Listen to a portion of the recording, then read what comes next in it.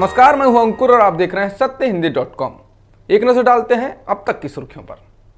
भारत चीन सीमा विवाद पर अमेरिकी विदेश मंत्री माइक पॉम्पियो ने चेतावनी दी है कि भारत के उत्तरी सीमा के पास चीन ने 60,000 जवान जुटा लिए हैं, जिनका भारत को सामना करना है। पॉम्पियो ने चीन पर निशाना साधते हुए कहा है कि उसका खराब व्यवहार क्वाड में शामिल देशों के लिए खतरा पैदा कर रहा है। पॉम्पियो ने ये बातें भारत, अमेरिका, जापान और ऑस्ट्रेलिया के बीच टोक्यो में हुई क्वाड बैठक से अमेरिका लौटने के बाद एक टीवी इंटरव्यू के दौरान कही हैं। अमेरिकी राष्ट्रीय सुरक्षा सलाहकार रॉबर्ट ओब्रायन ने कहा है कि चीन ने बल के साथ वास्तविक नियंत्रण रेखा पर कब्जा करने का प्रयास किया है। इसके साथ ही उन्होंने ये भी कहा कि ये मानने का वक्त आ गया है कि चीन बातचीत और समझौतों से मानने वाला नहीं है। कांग्रेस के पूर्व अध्यक्ष राहुल गांधी ने एक बार फिर प्रधानमंत्री मोदी पर निशाना साधा है। राहुल ने अपने आधिकारिक ट्विटर अकाउंट से एक वीडियो शेयर कर मोदी पर तंज कसा है। इस वीडियो में कथित तौर पर एक ट्रक के भीतर बैठे कुछ जवान आपस में बात कर रहे हैं। उनमें से एक जवान कहता है कि नॉन बुलेट प्रूफ गाड़ियों में भेजकर हमारी जान के साथ खिलवाड़ किया जा रहा है। इस वीडियो को पोस्ट करते हुए कांग्रेस नेता ने पूछा है कि ये कहाँ का न्याय है कि पीएम के लिए 8,400 करोड़ रुपए खर्च कर आलीशान हवाई जहाज मंगाया जाए और जवानों को बिना बुलेट प्रूफ ट्रकों में शहीद होने भेज दिया जाए। दिल्ली दंगों को लेकर पुलिस की चार्जशीट में सामने आया है कि हिंसा भड़काने में फर्जी मैसेजों की बड़ी भूमिका थी। इनमें से कुछ मैसेज पुलिस ने अपनी चार्जशीट में भी डाले हैं। बताया गया है कि व्हाट्सएप पर उत्तर प्रदेश उत्तराखंड आने वाले मुस्लिम, जिहाद के बारे संकेत और मुस्लिमों के आर्थिक बहिष्कार को लेकर कुछ मैसेज भी चले थे। टीवी रेटिंग में हेराफेरी मामले में मुंबई पुलिस ने रिपब्लिक टीवी के सीएफओ को आज पूछताछ के लिए बुलाया है। पुलिस ने रिपब्लिक टीवी के सीएफओ को पेश होने के लिए समन भेजा है।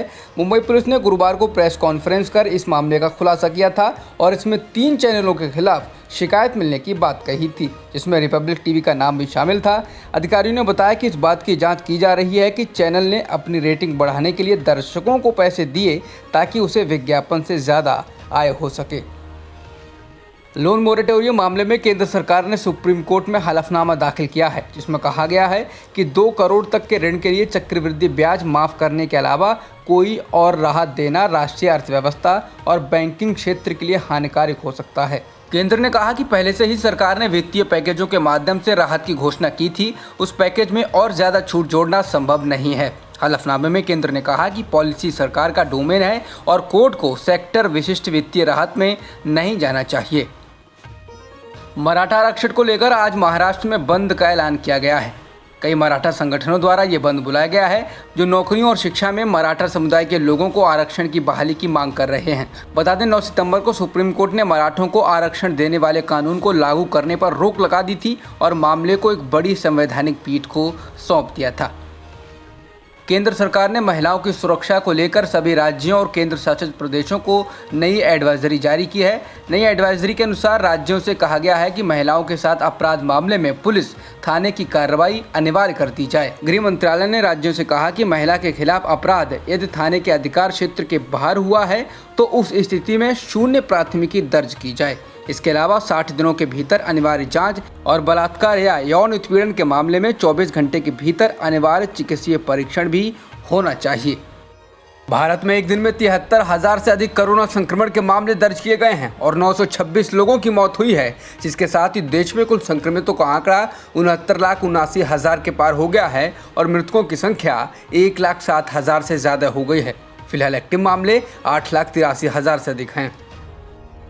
भारत में एक दिन में 11,64,000 से अधिक सैंपल्स की टेस्टिंग की गई है, जिसके साथ ही देश में कुल टेस्टिंग का आंकड़ा 8,57,00,000 के पार हो गया है।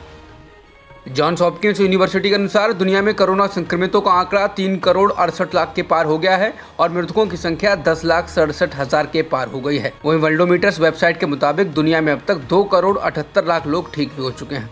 जॉन्स हॉपकिंस यूनिवर्सिटी के अनुसार अमेरिका में संक्रमितों की संख्या 76,63,000 के पार हो गई है और मृतकों की संख्या 2,13,000 के पार हो चुकी है। इसके अलावा ब्राज़ील में कुल संक्रमितों का आंकड़ा 50,55,000 के पार हो गया और मृतकों की संख्या 1,49,000 के पार हो चुकी है।